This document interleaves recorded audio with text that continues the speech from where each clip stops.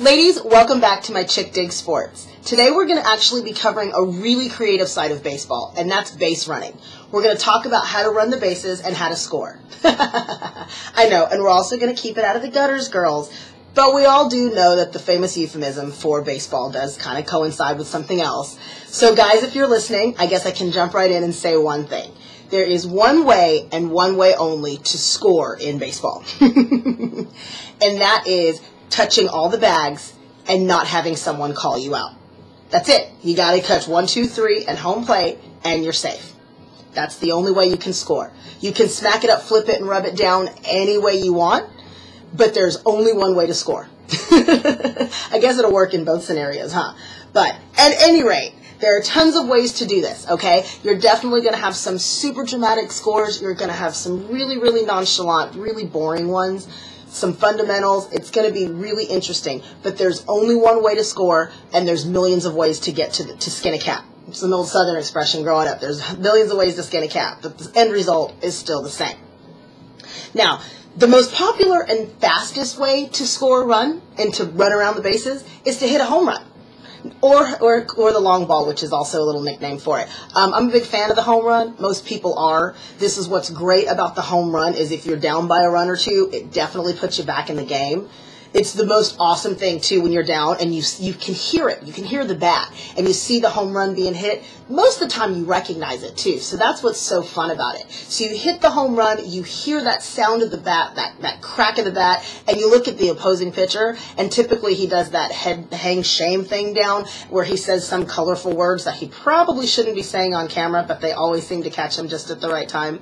Typically, you know it's a home run. The cool thing about a home run, too, ladies, is anybody who's on base, remember you have 3 bases out there you can stand on, only one person at a time is allowed to be on base. You can't share bases, ladies. It's kind of like we don't like to share men. Men can't share bases. Not allowed. 1 per bag. So if you've got 1 or 2 on there, plus yours, that's, it's 2 or 3 runs. Now, if you have the bases loaded, or bags juiced, as I like to call it, it's my favorite little term for it.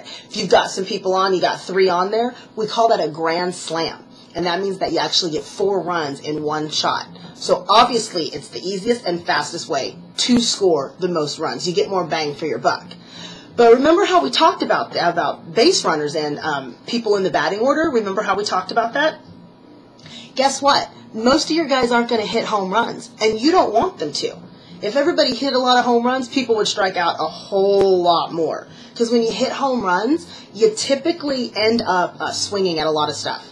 We'll get into that later. So most of the time, you don't really want people to hit a lot of home runs. Here's an example, okay? So remember how we talked about the first guy, your leadoff guy, the first guy that hits?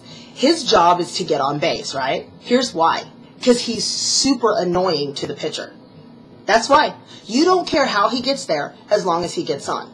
And this is how we get a base runner. So when he's standing at first base, you now have people on base. Okay? So now your strategy changes. Things get different because you have somebody standing there.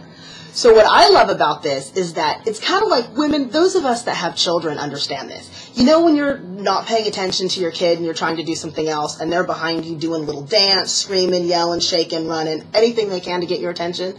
This is pretty much what I feel like the guy on first does. He's going to dance on that bag. He's going to dance over a little bit to the side. He's going to hang out over here. He's going to stay off the bag.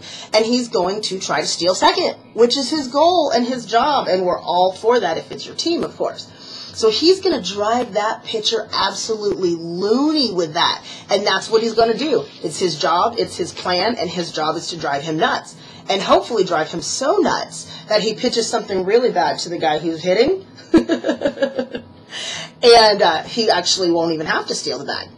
But that is going to be his job. He's going to irritate the pitcher. And like most of us, when our kids are irritating us in the background, we end up paying a little more attention than we want to. So it's the same idea. And we end up falling and not being able to do what we had planned in the first place. So, ladies, you guys all get that? That should explain exactly what that guy on first is doing. So his job is to annoy the pitcher. So remember, we only had, 3 guys that really hit home runs? So you're going to really score most of your runs with what we call fundamental baseball. Okay, girls, I know the terms. I know we're getting into some of it, but we really got to cover a little bit of this, okay? So when your leadoff guy gets on, your smallest, fastest guy, he's definitely going to try to move around the bases pretty quickly, okay? Now, just on a side note, girls, you can steal in baseball anytime you want when the ball is in play. When it's a live ball, when we're playing, you're allowed to steal whenever you want. Now, you don't typically see people just get all willy-nilly and start stealing, because remember this, 90 feet is a lot further than you think, and a baseball travels much faster than a human being does. So trust me, you don't want to get called out stealing. It is not fun. It's really embarrassing, and people get kind of ticked off, especially when you got somebody who comes up and gets a base hit behind you. Now, that's what we're doing. We're doing base running, and a base hit is simply a hit. It's when the ball is in play and someone doesn't catch it, someone actually just, it falls in front, you get to the bag before the ball does. No one catches it, and you get there first. Super, super simple. Now, here's another stat. Here's another thing you got to learn with base running. If someone says you're in scoring position, yeah, I know. We're still keeping it out of the gutter, though, right?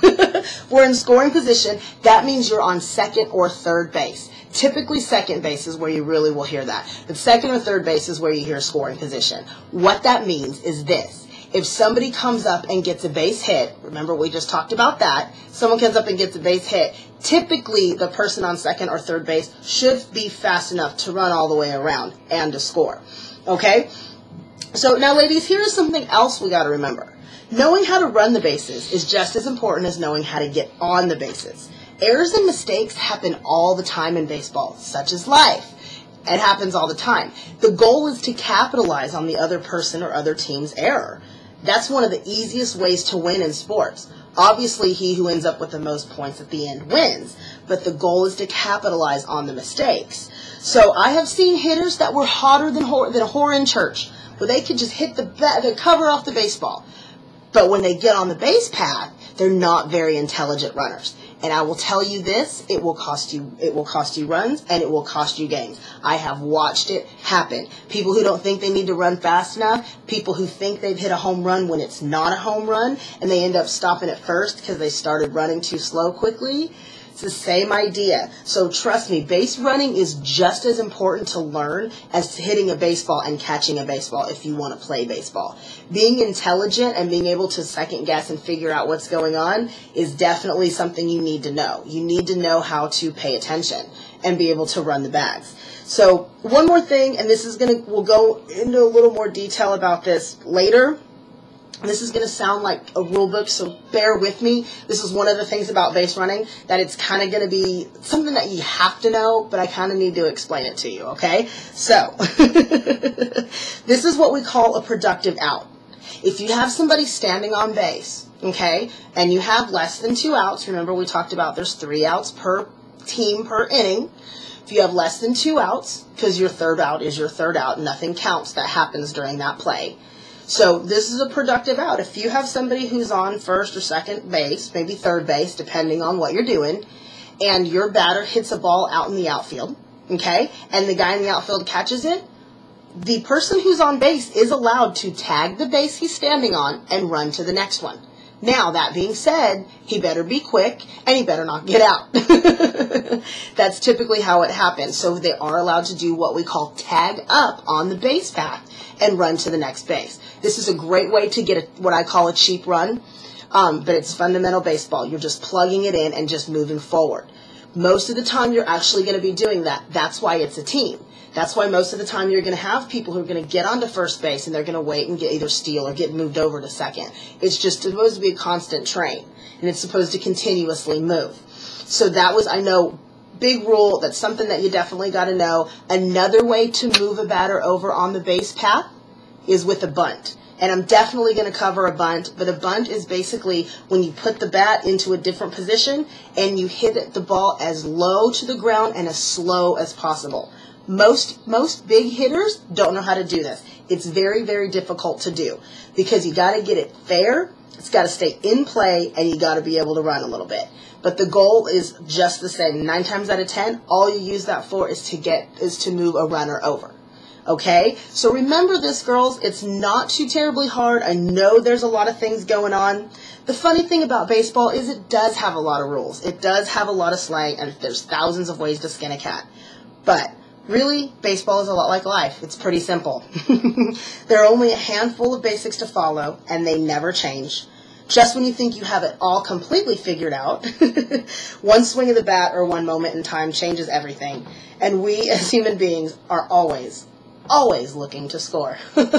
All right, ladies, remember what I always say. As soon as we learn about sports, we will know everything. Have a great day.